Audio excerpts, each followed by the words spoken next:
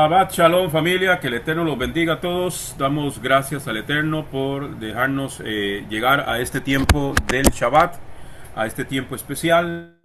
Ya estamos en el cierre del Shabbat y vamos a orar para dar conclusión al tema que iniciamos ayer, amén, sobre la Parashat Toldot. Oramos. Baruch Adonai Hameborah Leolam Baed, Baruch Atah Adonai Eloheinu Melech Haolam, Asher Bahar Banu Mikol Hamim, Benatán Lanu et Torato, Baruch Atah Adonai Divrei HaTorah. Bendito eres tú, Adonai, Elohim nuestro, soberano del universo, que nos has escogido entre todas las naciones y nos has entregado su Torah. Bendito eres tú, Adonai, dador de la Torah. Gracias, Padre, por todos y cada uno de mis hermanos. Que tu palabra, Señor, halle cabida en nuestros corazones y traiga fruto en abundancia en cada uno de nosotros. En el nombre de Yeshua HaMashiach. Amén. Y amén. Gloria a su nombre. Bien, estamos en la Parashat Toldot, que es la Parashat número 6. Iniciamos ayer. Amén. Dijimos que esta Parashat, su significado es generaciones o descendencias. ¿Ok? Entonces, estuvimos viendo algunos puntos importantes. Dijimos que íbamos a estar basados en la metodología, utilizando lo que son la esfera de honor y vergüenza, caos y orden, y también en la escalera educativa hemos estado tocando lo que es contexto cultural, contexto geográfico, amén, y básicamente, y también la esfera de convenios, amén. Bien, entonces vamos a avanzar hoy. Es bastante extenso el tema, amén. De entre los temas que estuvimos viendo, estuvimos analizando, amén, el embarazo, primero que nada, la esterilidad de Rebeca, amén, la esterilidad y cómo Isaac ora por su mujer, ora por su esposa, amén. Que estuvimos viendo también el conflicto que hubo en el vientre de Rebeca desde la concepción, amén, donde tenían gemelos, amén, Jacob y Esaú, y que dentro del vientre ellos estaban luchando, amén, por salir. Entonces estuvimos viendo en el contexto cultural que todo esto tenía un significado, amén, para la audiencia que está escuchando este relato. Recordemos que Israel viene saliendo de Egipto. El que está haciendo todo este relato es Moisés, y Moisés está explicando o está dando a conocer el extraordinario proceso desde Abraham hasta en este instante lo que es Isaac y su familia, su esposa y sus hijos, amén, para poder conformar lo que era el pueblo de Israel, amén. Entonces es básicamente esto, que en esto hubo un caos familiar por la esterilidad, primero por la esterilidad de su mujer, luego un caos por la lucha que ya se venía generando desde el vientre. Entonces todo esto lo estuvimos viendo, amén. También estuvimos viendo que al ser gemelos en la cosmovisión de el Medio Oriente en aquel momento, esto implicaba que los dioses habían intervenido, era la cosmovisión. Entonces recordemos que la audiencia original, la cual es Israel, tiene todos estos conceptos de esta cultura. Ok, entonces vamos a ir avanzando. Ok, entonces el embarazo en el antiguo Medio Oriente, en el antiguo cercano Oriente, el embarazo y el parto eran temas abordados en diversos contextos. Según unos artículos, en el antiguo Egipto copto se utilizaban libros de magia que contenían remedios caseros y conjuros para tratar problemas relacionados con el embarazo y el parto, entre otras aflicciones de salud.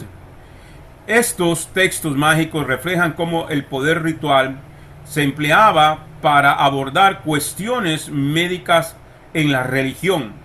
¿Okay? Entonces, aquí les pongo también diferentes recursos que estamos utilizando para elaborar este estudio. Entonces, podemos ver que todo lo que tenía que ver con en sí el embarazo también estaba muy relacionado con cuestiones mágicas y estaba relacionada con las deidades del Antiguo Oriente. Todo esto es lo que estaba pasando en la mente de la audiencia original cuando estaba escuchando que Rebeca era estéril y quedó embarazada, y que ese embarazo fue bastante complicado, y el hecho de que nacieron gemelos, que eso también era una señal de no buenas noticias por lo regular en el antiguo Medio Oriente, algo que no era muy común ver un embarazo gemelar. Entonces, ahora vemos cómo en este caso, en este caos familiar, empieza a enseñarse desde estos aspectos, desde la esterilidad, desde el embarazo y desde el nacimiento. El autor, el cual es Moisés, está queriendo dejar que este mensaje de lo que es el nacimiento de Esaú y Jacob tiene un trasfondo que tiene que ver con el caos y el orden. La cosmovisión teológica de Israel va a ser confrontada. Ok, entonces recuerden que Israel estaba saliendo de Egipto, y el concepto teológico de Israel estaba mezclado con las creencias paganas de Egipto. Asimismo, nuestra teología es confrontada para sacar todo el sincretismo religioso y las mentiras que nos heredaron, como lo dice el profeta Jeremías. Jeremías capítulo 16, versículo 19 dice: Oh Yehová, fuerza mía y fortaleza mía, mi refugio en tiempo de angustia. A ti vendrán las naciones desde los extremos de la tierra, diciendo: nuestros padres no heredaron más que mentira, vanidad y cosas en que no hay provecho. Entonces, al estar relatando Moisés, recordemos que en este estudio estamos tratando de entenderlo desde el concepto de la cosmovisión de la época, amén, del contexto cultural. Israel viene saliendo de Egipto, y Israel trae en su mente todas estas cosas o estas creencias que tenían las naciones ligadas a los dioses paganos. Pero ahora el relato se está dando eso, algo contracultural, que va en contra de la cultura de las naciones, y que aquí lo que se está imperando es que es el Eterno el cual tiene control de todas las cosas. Amén. Entonces le estaban quitando esa mentalidad religiosa, lo mismo que tiene que ocurrir con nosotros. Dejar atrás todas aquellas mentiras y todas aquellas cuestiones y creencias que muchas veces no tienen nada que ver con las Sagradas Escrituras. Entonces, ya teniendo en claro esto, podemos ver cómo ahora el vocabulario empieza a tomar forma, empieza a descubrirse a sí mismo cuando yo entiendo el concepto de caos y orden. Amén, el concepto de caos y orden. Génesis capítulo 25, versículos 24 al 26 dice: y cumplidos sus días de alumbramiento, he aquí habían gemelos en su vientre, y salió el primero pelirrojo, todo él velludo como una pelliza, y llamaron su nombre Esaú. Después salió su hermano con su mano asida al talón de Esaú, y llamó su nombre Jacob o Jacob en el hebreo. Y era Isaac de 60 años cuando Rebeca los parió.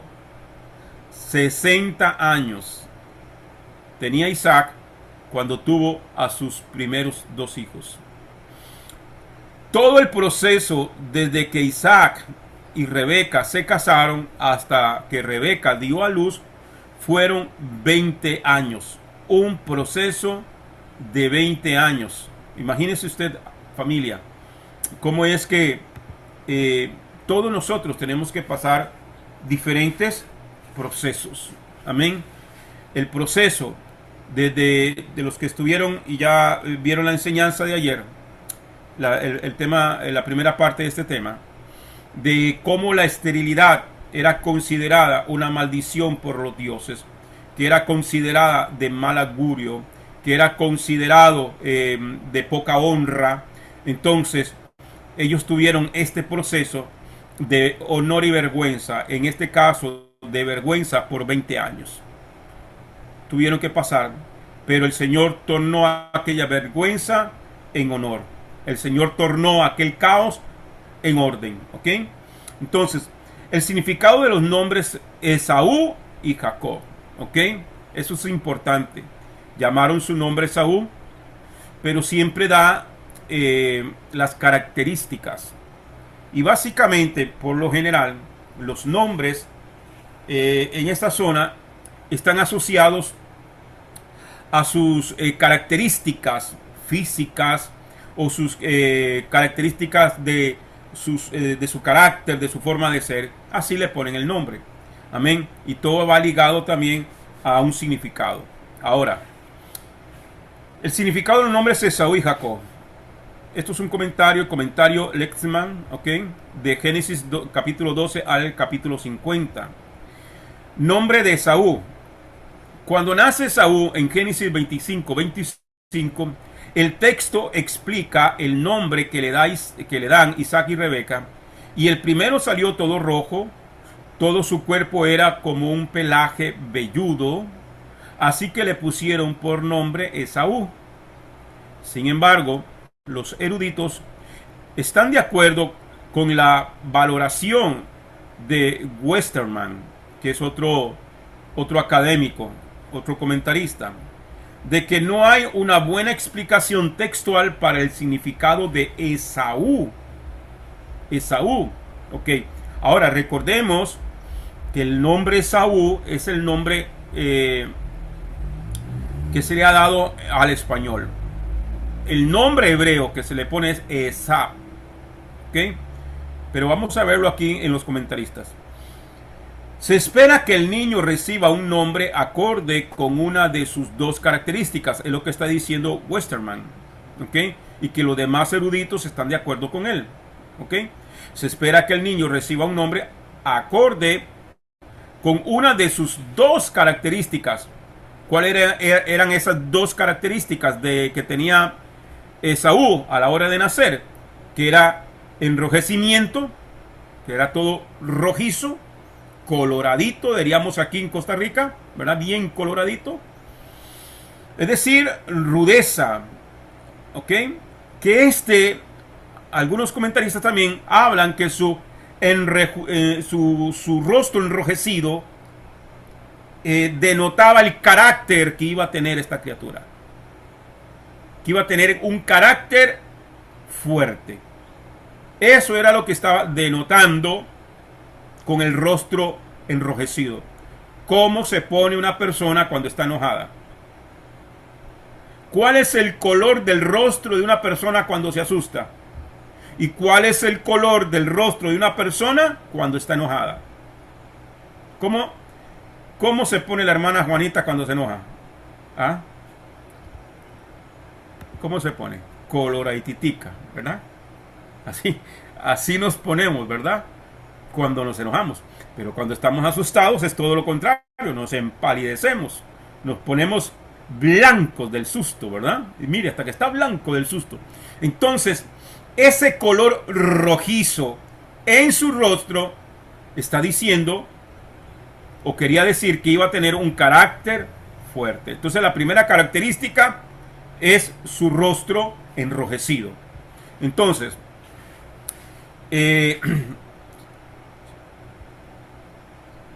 y esto denotaba rudeza, que en el hebreo es admoní. La otra característica es que era su vellosidad, que era velludo. Amén. Velludo. Velludo es sear en el hebreo. Por lo que, como dice Sarna es un comentarista, se llama Antonio Sarna, creo que es, o Benjamín Sarna, no me acuerdo ahorita. Entonces Sarna dice: los nombres esperados son Edom o Seir. ¿Ok? Edom, que significa rojizo. En cambio, el niño se llama Esaú o Esap. Palabra que es de significado y origen inciertos. Los textos posteriores del Génesis hacen hincapié en los dos rasgos que definen a Esaú.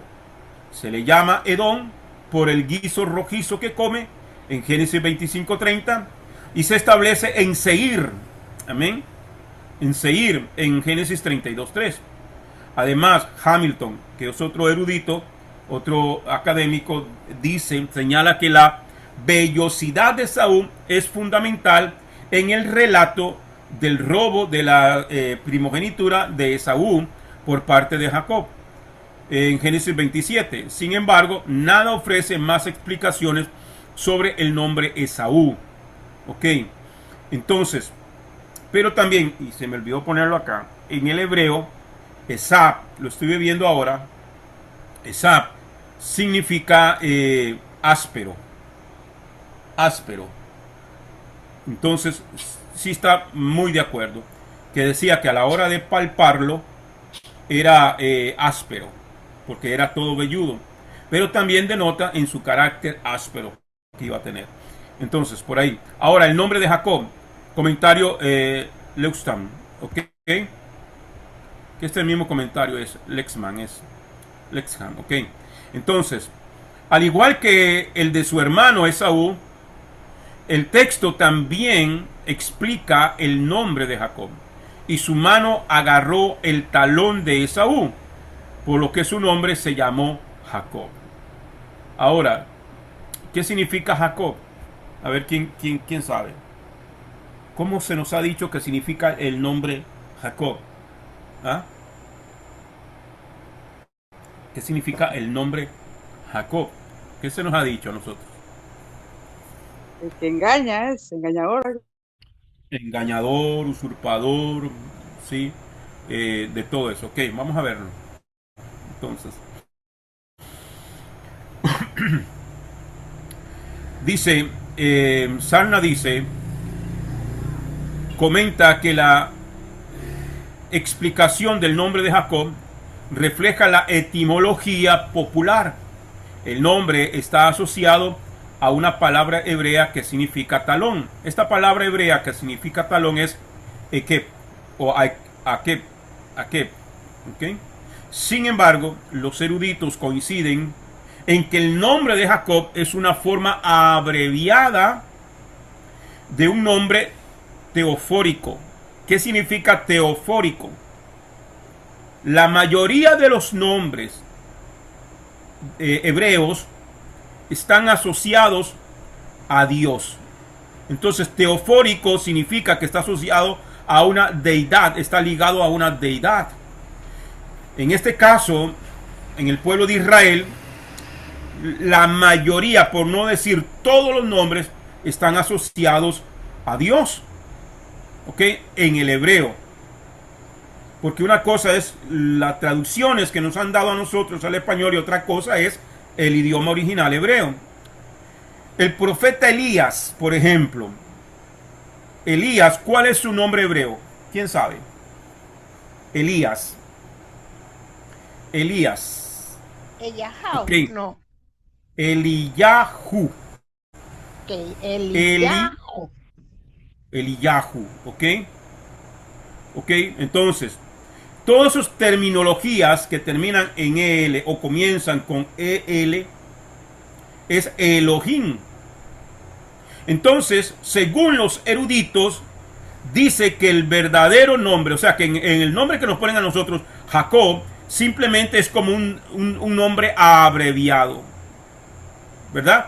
Por ejemplo, en Israel también se le da el nombre que es, pero se achica, ¿verdad? Es como decir, yo me llamo William, pero entre la familia me dicen Willy. Siempre es como que se trata de ese diminutivo, se achica el nombre, ¿verdad? Por lo general, el latino es así. Entonces, en Israel pasa lo mismo. Por ejemplo, Yeshua es la forma corta de un nombre largo.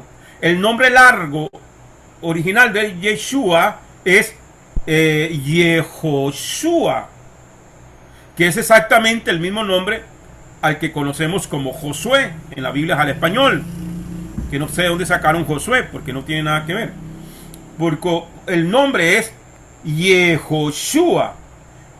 Entonces Yeshua, su nombre hebreo es Yehoshua, pero su forma corta es Yeshua, la cual nosotros nos hemos acostumbrado más de esa manera. Entonces, si le llamamos Yehoshua o si le llamamos Yeshua, las dos formas están correctas. Entonces, los eruditos dicen que Jacob es la forma abreviada de un nombre teofórico, o sea, que está asociado a Dios, que es Jacoel. ¿Ok? Un nombre ampliamente atestiguado en el antiguo cercano oriente, según lo relata Hamilton. El nombre es una combinación de El, que significa Dios o Elohim, y una palabra hebrea que significa proteger. Entonces, en sí, el nombre Jacob o Jacob significa proteger.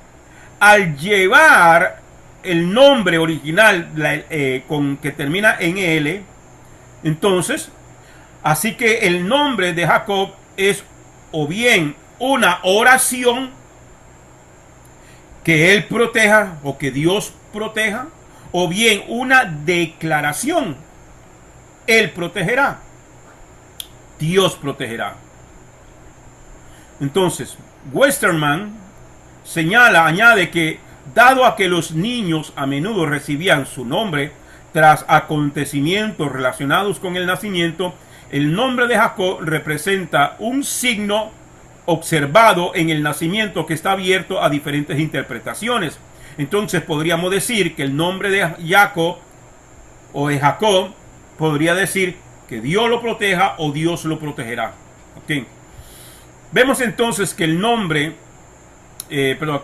Vemos entonces que el nombre de Jacob va más allá de lo que el sistema religioso nos ha enseñado, considerando también que para la audiencia original es un nombre que está relacionado con la forma de hablarle o de nombrar o relación con la deidad, y el nombre completo es Jacobel y está muy relacionado con Dios, y es muy probablemente que eso es exactamente lo que la audiencia original estaba entendiendo. Entonces va más allá que decir que era un engañador, que era un usurpador, que era un mentiroso, porque no me cabe en mí en la cabeza que un padre que está teniendo hijos por primera vez, con la ansiedad de una espera de 20 años, y cuando vean al niño le digan: usted es un engañador, usted es un mentiroso, usted es un farsante, usted es un usurpador.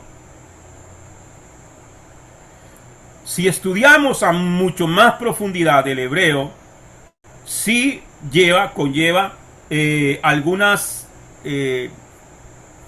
las letras hebreas, y sí puede significar, por ejemplo, el nombre Acab, que también desciende de la Ekeb, sí significa engañador, sí significa mentiroso. Entonces, dependiendo de la combinación de la palabra, podría significar eso, pero no estoy creyendo yo, por lo que estamos viendo aquí de las evidencias de los documentos, que Jacob no se le puso ese nombre para entenderlo que él era un engañador, un usurpador, un mentiroso, no, sino que más bien eso, como dice acá, el nombre Jacob tiene un significado que puede ser una oración, como dice Hamilton, que quiere decir él protege, o Dios protege, o Dios protegerá. ¿Ok? Era como una bendición hacia esa criatura que acaba de nacer, que Dios te proteja. Era una declaración de bendición. Entonces tenemos que comenzar a ver el nombre de Jacob como una declaración de bendición y no de maldición. ¿Qué le parece? Ahora, sigamos. Según, vamos a ver ahora lo que es los derechos de primogenitura. Génesis capítulo 25, versículo 27 al 34 dice: y los muchachos crecieron, y Saúl llegó a ser hombre diestro en la casa, hombre del campo, mientras que Jacob era hombre tranquilo, que habitaba en tiendas. Y prefería Isaac a Esaú, porque la casa de éste era deleitosa a su boca. Pero Rebeca amaba a Jacob. Llegando Esaú cansado del campo, vio que Jacob cocinaba un guiso. Entonces dijo Esaú a Jacob: te ruego, déjame tragar de eso rojo, porque estoy desfallecido. Por eso le llaman Edom. La palabra Edom, que significa rojizo. Respondió Jacob: si me vendes hoy tu primogenitura. ¿Qué le está diciendo? ¿Se la está arrebatando? No. ¿Se la está robando? No. La está negociando, la está comprando. Que le dice: véndeme. Si me vendes hoy tu primogenitura. ¿Tienes hambre?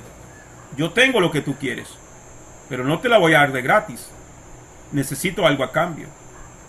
Te doy mi comida con tal de que tú me des la primogenitura, los derechos del primogénito. ¿Me la quieres dar? Entonces dijo Esaú: igual me voy a morir. O sea, ¿qué me importa a mí la primogenitura si me estoy muriendo de hambre? ¿De qué me sirve la primogenitura? Y dijo Jacob: júramelo hoy. Y esto entra en la esfera de convenios. Esto entra en la esfera de convenios. ¿Ok? Convenios. ¿Qué está haciendo allí Jacob? Jacob está negociando, está haciendo un convenio por lo que él anhelaba con toda su alma, desde el vientre de su madre. Por eso salió agarrado del talón, del calcañar. Júramelo hoy. Y le juró. Aquí entra también en lo que ya es legalidad. Contexto, legalidad bíblica, la legalidad, el contexto legal. ¿Sí me entiende? Entonces, ahora vemos. Verso 33. Y dijo Jacob: júramelo hoy. Y le juró y vendió. Y vendió. No dice que se lo arrebató, sino que se lo estaba expresando legalmente, un juramento, y vendió su primogenitura a Jacob. Entonces Jacob dio a Esaú pan con potaje de lentejas, y él comió y bebió, se levantó y se fue. Así despreció Esaú la primogenitura. Así vendió Esaú sus derechos de primogénito por un plato de lentejas y un pedazo de pan y un poco de agua. Ahora, los derechos del primogénito son los siguientes. Número 1, la autoridad en la familia. Una vez muerto el padre de familia, el primogénito pasaba a tomar esa autoridad. Se convertía en ese patriarcado. Era el que iba a ser el jefe. Era como la autoridad del padre sobre él, sobre todos los que quedaban en la familia. 2, doble porción de la herencia. Doble porción de la herencia. Y número 3, el nombre del padre. Algo así como el apellido de hoy en día. ¿Entiendes? Llevaba el apellido, llevaba esa autoridad. Entonces, por ejemplo,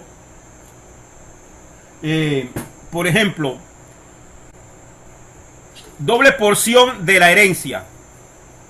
Doble porción de la herencia. Cuando, en este caso que Isaac tiene 2 hijos, Isaac hubiese agarra todas todo lo que él tiene, todas sus posesiones, y las divide en 3 partes. Una parte se la da al menor, y 2 partes se las da al mayor, al primogénito. Eso es importante. Si tuviera, en el caso de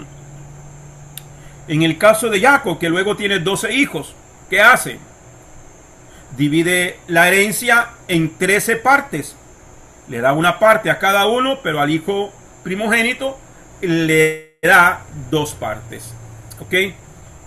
Y en eso consistía una doble porción. ¿Ok?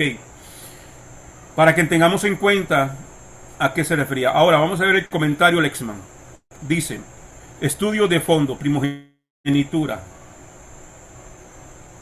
Al final de Génesis 25, Jacob convence a Esaú para que le venda su primogenitura.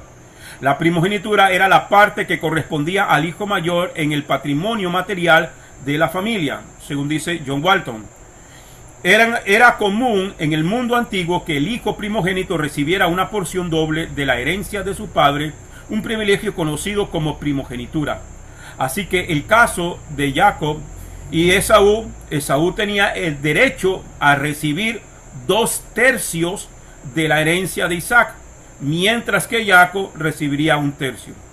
El privilegio de la primogenitura conllevaba una responsabilidad adicional. ¿Por qué? Porque se convertía en el jefe. La asignación de una doble porción reflejaba la expectativa de que el primogénito acabaría asumiendo la responsabilidad de todos los miembros de la familia extensa. Es decir, se convertía en el pater familias. Amén. En el líder de la familia. La primogenitura y la bendición de primogenitura son elementos bien documentados de la vida en el antiguo cercano oriente. Pero las pruebas de que los hijos vendan sus derechos de primogenitura son escasas. O sea, nadie en el antiguo cercano oriente, en toda esta cultura, nadie quisiera vender esos derechos. Porque era un privilegio muy alto, era un bienestar propio para él y su propia familia. Entonces, un texto de Nusi, ciudad mesopotámica, cercano al río Tigris, registra una transacción en la que un hermano vende una propiedad a su hermano, pero parece que la propiedad ya había sido heredada. No formaba parte de una herencia futura, según lo comenta Walton. Pero compárese con Sarna, okay, con lo que dice Benjamín Sarna, que dice que un texto Nusi registra a un hombre que cambia su herencia futura por las 3 ovejas de su hermano. Entonces, pero no era algo común. Sin embargo, los padres podían eludir el derecho de primogenitura, como queda patente en las bendiciones posteriores de Jacob a sus hijos. Amén. Entonces, por ejemplo, lo vemos que un padre podría quitarle al primogénito su derecho a la primogenitura dependiendo de su comportamiento. Amén. Que eso lo vemos en el caso de Jacob. Que en el caso de Jacob el primogénito era Rubén. Pero Rubén perdió su derecho de primogenitura por haberse acostado con una de las concubinas de su padre. Entonces eso le quitó el derecho de primogénito. Ok, entonces Hamilton dice, observa que incluso después de adquirir la primogenitura, Jacob solo tiene la mitad de lo que necesita. La bendición de su padre, que Jacob obtendrá mediante engaño, en Génesis 27, se consideraba el acto que reconocía formalmente al primogénito como heredero principal. O sea, ¿qué quiere decir esto? Que yo podría haber sido el primogénito de mi padre. Pero si él no hace la declaración, hace el acto de imponerme las manos y hacer la declaración de bendición, por más que yo hubiese sido el primero, no tendría derecho a la primogenitura. ¿Sí me están entendiendo? Entonces, tenía que haber dos características. Número uno, haber nacido de primero, el que abre la matriz. Y número dos, que su padre reconozca y le dé los derechos de primogénito a través de una declaración en oración. Que eso se convierte en una declaración profética. De hecho, esa bendición era una declaración profética. Porque le está marcando su futuro. Por eso es importante que usted y yo, cada vez que hablemos sobre nuestros hijos, lo hagamos bajo bendición, no bajo maldición. Así lo veas como lo veas.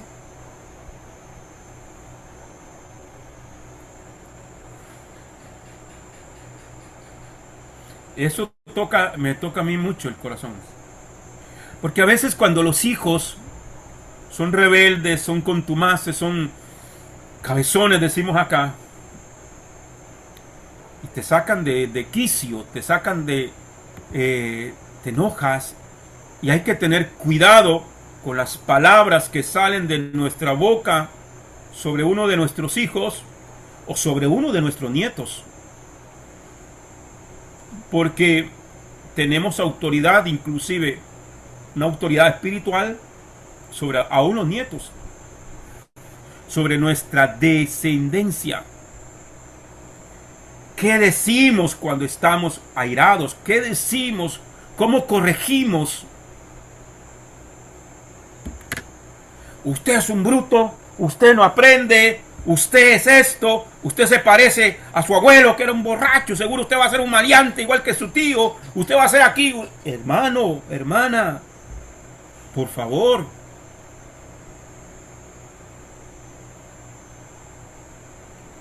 Por eso es que ahora yo entiendo cuando la Biblia dice bendecid.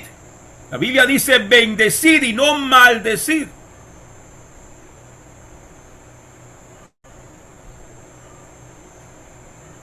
Por eso es que yo no creo, amado familia, de hombres ministros de Dios que en vez de bendecir al pueblo, maldicen al pueblo.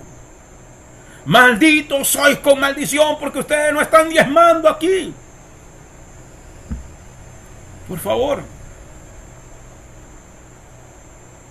Más bien bendiga. Declaremos la bendición con un corazón de padre, con un corazón de pastor, con un corazón de Dios. Ok, sigo. Yo creí que me iba a alcanzar el tiempo y no. Ok. Entonces la bendición de su padre que Jacob obtendría mediante engaño se consideraba que la bendición del padre se consideraba el acto que reconocía formalmente al primogénito como heredero principal. Sin esta bendición del padre no era reconocido formalmente, legalmente. Ahora entendemos por qué después del nacimiento se nos aclara con respecto a este hecho de que Esaú desprecia su primogenitura, la vende. Por eso es que Jacob no se robó el derecho de primogenitura, porque Esaú se la vendió. Ya tenía la primera parte, ahora él ocupaba la segunda parte. ¿Cuál era la segunda parte? La bendición. Negoció el derecho de primogénito. Sí, te la vendo. Ok, ahora necesito que mi padre me bendiga para que quede enmarcado de forma legal. Y así llueva, truene o relampaguee, nadie te puede quitar la bendición una vez que fue declarada. Entonces, en este acto hay un mensaje detrás de todo esto y vemos que era necesario no solamente que Jacob compre la primogenitura, sino que el acto de recibir la bendición, de acuerdo a las tesis que presentan los comentaristas, tiene que ver con que era parte legal que hacía que Jacob fuera el primogénito legalmente. Qué importante, hermano, de verdad que es el estudio. De verdad, qué importante. Así que a partir de hoy, antes de dormir usted, comience a mencionar a sus hijos uno por uno y a declarar bendición sobre ellos. Aunque tu ojo esté viendo lo contrario, bendígalo de pies a cabeza. Que en el mundo espiritual algo tiene que acontecer con ese muchacho, con esa muchacha, con ese hijo, con ese nieto, con ese bisnieto. El país donde vivimos, por eso el Señor manda que bendigamos nosotros a las autoridades que Él ha puesto. Y que si es una autoridad que no está puesta por Dios o que se ha desviado del propósito por el cual Dios lo puso, hay que orar para que Dios lo quite. Y que ponga a uno que realmente tenga un corazón de siervo. Ok, pero había una cuestión legal que había que cumplir. Y por eso entendemos nosotros que hubo un engaño. Pero eso tiene todo un propósito legal que también da para otro estudio con respecto al contexto legal de las escrituras. O sea, solamente ese punto de legalidad es para hacer un estudio, un seminario completo. Cuando las cosas están bien, todos son fieles a Yuhei Bajei y su palabra. Pero en los momentos difíciles es donde se observa de qué está hecho una persona. Cuando todo está bien, amén, es fácil decir aleluya, decir gloria a Dios, decir shalom, shalom ubrahá, es fácil. Cuando todo está bien es fácil inclusive identificarnos con el pueblo de Israel. Pero cuando venga la persecución, usted va a ver que muchos que hoy dicen Shabbat Shalom, Shalom Ubrahá, Shalom Lekulan, muchos se van a volcar. Porque mientras que todo está bien, es fácil ser fiel a Dios. Cuando tenemos que comer, cuando usted abre la nevera y usted dice, uy, ¿qué me como hoy? Hay pollo, hay pescado, hay lomito de res, hay esto y lo otro. Pero cuando usted abre la nevera y lo que encuentra es escarcha por todo lado, ahí vamos a alabar a Dios. Ahí vamos a ser fiel a Dios. Que cuando estamos en necesidades, cuando vienen ciertos ofrecimientos, usted dice, bueno, Dios sabe que yo necesitaba. No, Dios sabe que eres infiel. Porque es en medio de la necesidad donde Dios pesa el corazón de los hombres y las mujeres que decimos ser hombres y mujeres de Dios. Es en medio de la prueba, es en medio de la necesidad, es en medio de la angustia. Jacob tenía hambre y no le importó la bendición que él tenía, los derechos de primogenitura. Y él dijo, ¿qué me importa a mí si me voy a morir de hambre? Mejor quiero barriga llena y corazón contento a los derechos de primogenitura. ¿De qué me sirve si me voy a morir? Por un plato de lenteja. Por un plato de lenteja. Y póngale nombre a ese plato de lenteja. Por un plato de lenteja. Por ganarme unos cinquitos más. Por ganarme una amistad. Por ganarme el favor de aquel político. Por ganarme el favor de fulano de tal. Para ganarme aquel puesto que están allí, tengo que negar quién soy. Tengo que irme a meter y a festejar ahora en diciembre la Navidad con el jefe porque no quiero perder mi trabajo. Para Jacob lo más importante era lo espiritual, puesto que su vista estaba fija en la primogenitura con todo lo que incluía, mientras que Saúl solo pensaba en lo material, en vivir el momento, tanto así que menospreció su primogenitura por un poco de comida.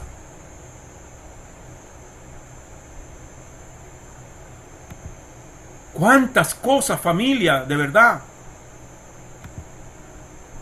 Tenemos que aprender todavía nosotros. ¿Cuántas cosas? La palabra usada para menospreciar es el Strong 959 basá, que significa desestimar, abatir, desechar, despreciable, despreciar, tener en poca estima, menospreciar, poco, vil, es decir, que vio a su primogenitura como algo vil, despreciable, desechable, etcétera.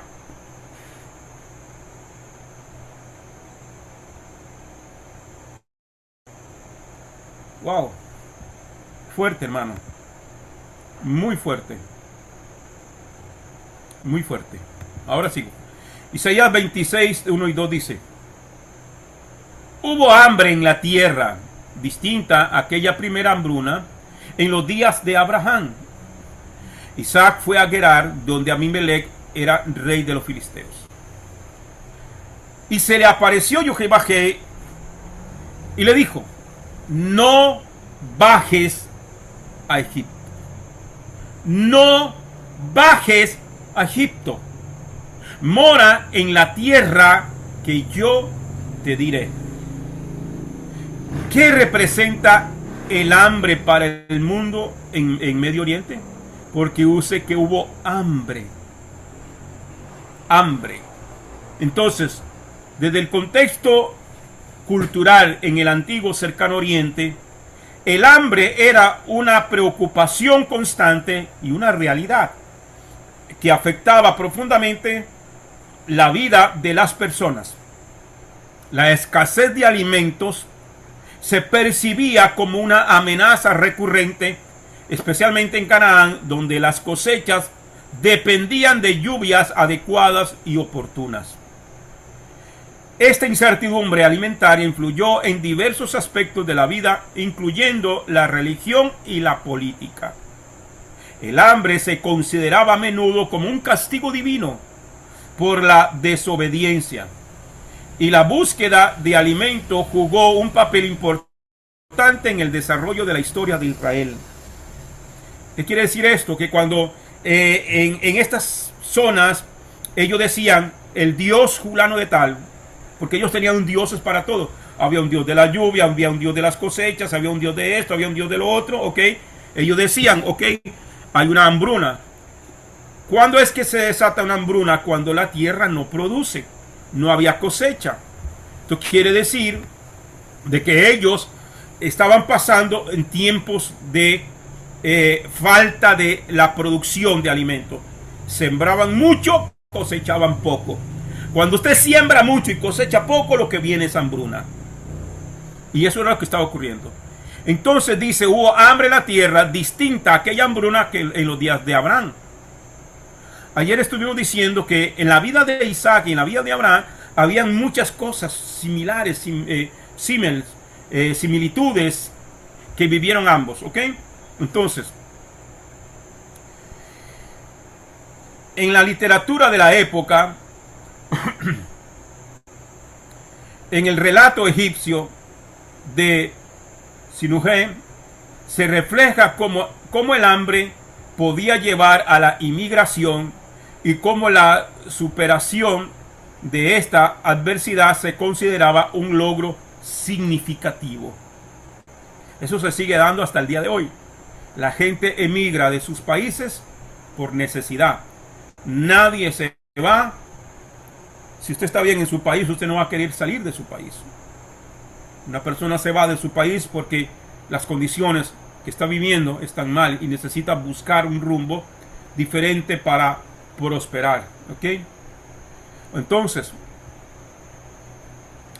la amenaza del hambre era tan prominente que se convirtió en una poderosa metáfora en los textos religiosos, extendiéndose más allá de la necesidad física para representar también carencias espirituales. O sea que la hambruna y las necesidades estaban asociadas a cuestiones espirituales.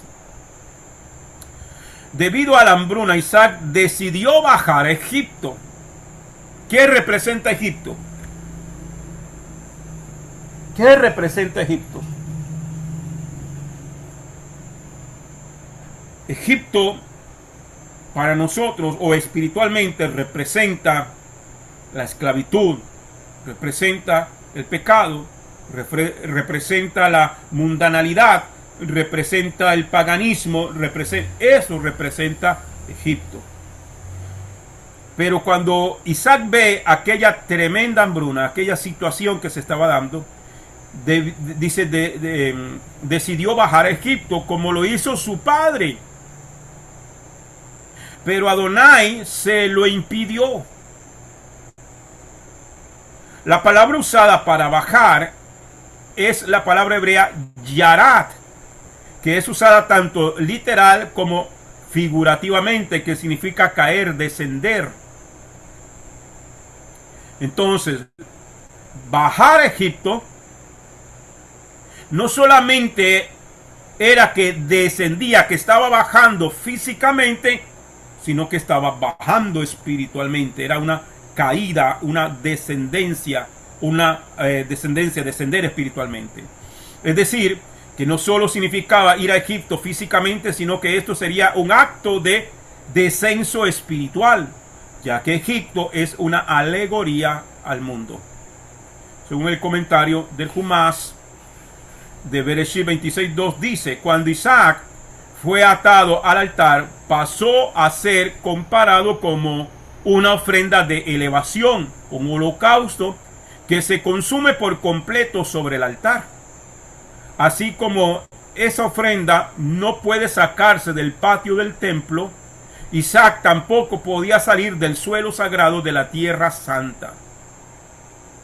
Por eso Dios le dice: no, tú me fuiste ofrecido.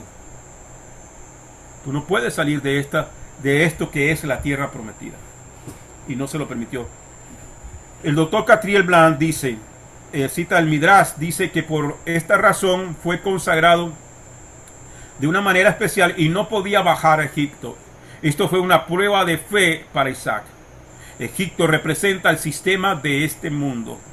Cuando estamos en una crisis, ¿dónde buscamos nuestra ayuda? Cuando estamos en problemas, cuando estamos pasando crisis, ¿dónde estamos buscando ayuda? ¿En el mundo o en el eterno, confiando en sus promesas? Isaac tenía que confiar en la promesa del eterno para poder seguir viviendo en una tierra que no producía. Génesis 26:3 dice: el Señor le sigue diciendo: habita como forastero en esta tierra, y estaré contigo, y te bendeciré, porque a ti y a tu descendencia daré esta tierra, y confirmaré mi juramento que juré a Abraham, tu padre. Aquí vemos que el Señor le está diciendo a Isaac: no desciendas a Egipto, no salgas de aquí, está la tierra que yo le voy a dar a tu descendencia, no salgas de aquí. Número uno, porque podría perder el derecho de la tierra. Número dos, podríamos considerar que también, como aquella ofrenda consagrada no puede salir del altar, él no puede salir de la tierra prometida. Pero además de esto, el Señor está haciendo memoria, siendo fiel a la promesa, al juramento que le hizo a Abraham. Esta es la promesa a la cual Isaac tenía que aferrarse sin importar lo que pase. Yud-Heh-Vah-Heh suplirá. El temer a las circunstancias es desconfianza en la palabra del Eterno. Por consiguiente, es pecado. Si ya Dios te habló de algo, si ya el Señor nos marcó el rumbo, Desconfiar en esa palabra es pecado. Tenemos que confiar en Él. Entonces, por eso la Escritura nos dice que lo que no procede de fe es pecado. Según Romanos 14:23. Estas tierras pertenecen al linaje de Israel. Y nosotros, como Efraín, como ovejas perdidas de la casa de Israel, somos herederos. Como adoptados también del pueblo gentil, somos también herederos. El comentario de Humás a Bereshit 26:3 dice: Dios le aseguró a Isaac que a pesar de la hambruna le daría su bendición y suficientes tierras de pastoreo. Hermano, no es lo mismo pensar en tu comida, en la de tus hijos y en el perro y el gato que tenemos en casa, y a pensar en el ganado y todo lo que poseía Isaac. Aquí, hermano, que Dios te diga: no salgas de aquí, porque yo te voy a bendecir. Señor, pero el país está en ruina, pero hay sequía, pero hay hambruna, no hay cosecha. Yo te voy a bendecir, quédate aquí. Señor, pero ¿de dónde? Yo soy Dios, tú confía en mí. No te dejaré. Porque hay una promesa que le hice a tu padre. Yo voy a cumplir esa promesa. Ahí es donde comienza a operar en usted y en mí la emuná. La emuná es fe con obediencia. Es creer y obedecer. Es oír, creer y obedecer. Esos son los tres elementos de la emuná. Oír, creer y obedecer. Génesis 26, 4 al 5 dice: multiplicaré tu descendencia como las estrellas de los cielos, y daré a tu descendencia toda esta tierra, y en tu descendencia serán benditas todas las naciones de la tierra, por cuanto Abraham tu padre oyó mi voz y guardó mi precepto, mis mandamientos, mis estatutos y mis leyes.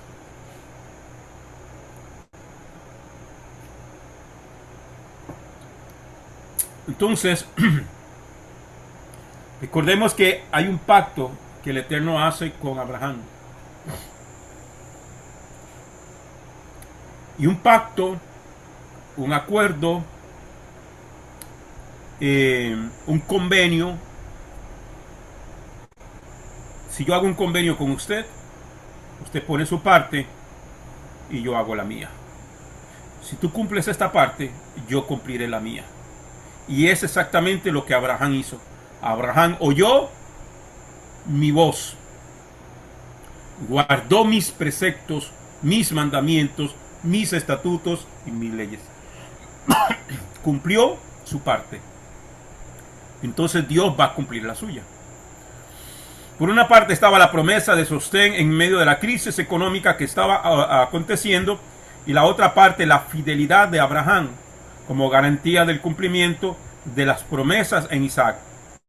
Y de ser un pueblo numeroso, Abraham es un hombre de fe, de emuná, debido a su obediencia. Aquí podemos resaltar 5 palabras usadas en esta declaración. Número 1, voz. Abraham obedeció mi voz. O Abraham oyó mi voz, pero ese oyó lleva implícito obediencia. ¿Ok? En hebreo es Shama Abraham Bekoli. Tiene que ver con obediencia a la voz del Eterno en los momentos de prueba. No es oír, no es Abraham oyó mi voz. No es simplemente que, escuché un ruido por allá, Dios habló. No, es cuando usted dice, yo escucho la voz de Dios. No es que estás oyendo a Dios audible, sino es que lo que está ahí en la palabra, tú estás oyéndola y obedeciéndola. Eso implica oír la voz de Dios, obedecer lo que Él ha dicho. También podemos destacar su obediencia en la voz del Espíritu del Eterno en el caminar diario, en el caminar diario en la relación íntima con Él. ¿Ok? Entonces, oír la voz de Dios es obediencia, pero también tiene que ver con un comportamiento diario en esa relación íntima con Él todos los días, como está escrito en Romanos 8:14. Porque todos los que son guiados por el Espíritu de Elohim, los tales son hijos de Elohim. ¿Cuándo es que me voy a dejar guiar por Dios? Cuando estoy en malas situaciones. No, todos los días. Estés bien o estés mal. La segunda palabra que vemos ahí en esa declaración es guardar. Y guardó mi ordenanza. En hebreo es Vayishmor Mishmarti. Literalmente significa y guardó mi guardia. ¿Qué significa esto? Según Rashi, tiene que ver con decretos de prevención relacionados con las prohibiciones de la Torá, incluyendo las legislaciones rabínicas posteriores. Sin embargo, no todos los rabinos comparten esta última opinión. De esto aprendemos que Abraham tenía una actitud, o sea, lo principal en esto es esto que guardó mi ordenanza, en el hebreo es Vayishmor Mishmarti, guardó mi guardia. Que Abraham se convierte en un guardián para que dentro de su casa, todos dentro de su casa, y cuando estoy hablando de su casa, no estoy hablando simplemente bajo el techo de la casa, literal, sino que todos los que lo rodeaban a él, los que andaban con él, los que trabajaban para él, sus criados, sus esclavos, sus siervos, sus siervas, todo tenían que guardar la ley de Dios. ¿Ok? Entonces, de esto aprendemos que Abraham tenía una actitud de vigilancia y cuidado en cuanto a las cosas del Eterno que habían que guardar. Entonces tenemos que ser vigilantes en nuestro hogar, para que los que están en casa, los que están con nosotros, los que viven contigo, se sometan a la voluntad y al respeto a las cosas de la Torá.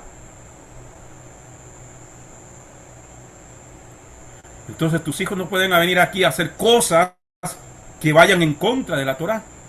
No puedes prestar tu casa para borracheras y cosas impropias que van en contra de la Torá. No puedes prestarle tu habitación a tu hijo para que traiga a su noviecita a fornicar o a la muchacha para que fornique con el marido en tu casa. ¿Quieres hacerlo fuera de mi casa? Aquí no. ¿Quieres tomar? ¿Quieres fumar? ¿Quieres hacer música mundana y bailes mundanos y cosas mundanas? Bueno, hágalos allá en media calle, pero aquí en mi casa no. Se fueron los amenes, los aleluya y los gloria a Dios. En la congregación tenemos que ser celosos y vigilantes de que las cosas se hagan. Pero en cuántas congregaciones se permite a los mismos músicos, líderes y gente que se hacen llamar siervos y siervas de Dios que hagan atrocidades y se siguen subiendo a los altares. Y por eso, hermano, la iglesia espiritualmente, el sistema religioso está totalmente caído. Porque hace falta hombres y mujeres con el celo de Dios que se conviertan como Abraham en Vayishmor Mishmarti, un guardián, un celoso de la ley de Dios. Mandamientos. Mis mandamientos, aquí se encuentra la palabra misbot, que normalmente incluye todos los mandamientos del Eterno. Él cumplió todo lo que el Eterno le dijo. Todos los mandamientos. Sin embargo, Rashi le da aquí un significado limitado, refiriéndose a las leyes de carácter social que son naturales para el ser humano, como el no robar y no derramar sangre, etc. Las leyes de carácter social normalmente son llamadas mishpatim en la Torá, pero aquí no las está llamando mishpatim, aquí la está llamando misbot, que tiene que ver con todo. Estatutos, mis estatutos, en hebreo es jukutai, que son mandamientos que no tienen explicación lógica. Un jukat es cuando Dios dice no hagas eso. ¿Por qué? No hay explicación. Simplemente no lo hagas. Él sabe por qué. Amén. Contra los cuales se revela la inclinación al mal más que contra los otros mandamientos. Por ejemplo, no comer cerdo y no vestir mezclas de lana y lino, entre otras. La gente le dice, hermano, pero es que el cerdo es rico. Hermano, pero es que el camarón es rico.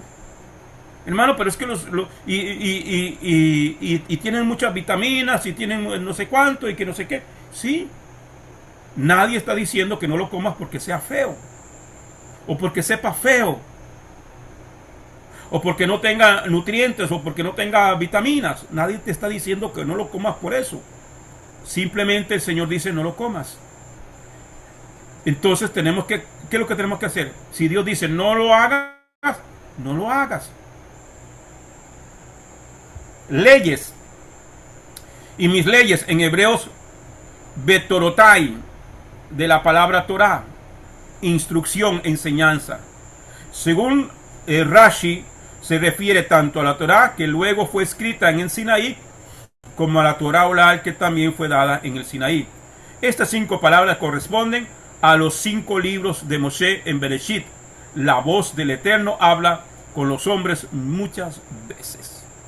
Bien, familia, y ahí podríamos seguir y ver cada uno de los 5 libros, pero ya no nos alcanza el tiempo. Así que lo que hemos visto hasta este momento, yo espero que haya sido de bendición en estas 2 tardes noches que hemos estado estudiando esta porción de Toldot. Amén.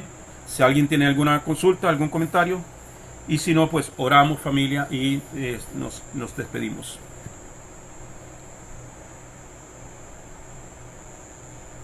Bien, amados. Así que el Eterno me lo bendiga. Vamos a orar y quedamos despedidos. Si el Eterno lo permite, el lunes nos encontramos a los que están en formación ministerial con la ayuda del Eterno. Y si no, nos vemos el miércoles también con la ayuda del Padre Celestial, si nos permite llegar allá, para seguir con el estudio de Pablo y la ley. Oramos. Baruch atah Adonai, Eloheinu melech haolam, asher natan lanu et torato, Torah emet, v'chayei olam natav betukhenu. Baruch atah Adonai, Divrei HaTorah. Bendito es tú, Adonai, Elohim nuestro, soberano del universo, que nos has entregado su Torah, una Torah de verdad y que ha implantado en nuestro interior la vida eterna. Padre, gracias, Señor, por todo lo que tú nos das. Gracias por tu palabra, gracias por este tiempo maravilloso. Esta semana la ponemos en tus manos. Todo lo que hagamos, sea de hecho o de palabra, lo hagamos para la honra y la gloria de tu nombre. Ayúdanos a caminar en fidelidad en medio de las luchas, en medio de las pruebas, en medio de las necesidades. Fortalécenos, Padre, fortalece a tu pueblo, a mis hermanas, a mis hermanos. Bendice a Casa de Israel y a cada uno de los hermanos miembros de Kehilá Casa de Israel, donde quiera que se encuentren, en cualquier parte del mundo, sean altamente bendecidos. Señor, aquellos que están enfermos, trae salud, trae paz, trae bendición. Gracias, eterno Padre, y que este mes que estamos casi por ingresar también, que conlleva muchas cosas, guarda nuestro corazón. Queremos ser obedientes, así como Abraham, así como Isaac, y anhelar, Señor amado, lo espiritual, así como Jacob. Gracias, Padre, en el nombre de Jesús HaMashiach. Amén y amén. Laila todo, familia, feliz noche y feliz semana para todos. Laila, buenas noches, maestro. Shalom a todos. Amén. Shalom a todos. Shalom, shalom.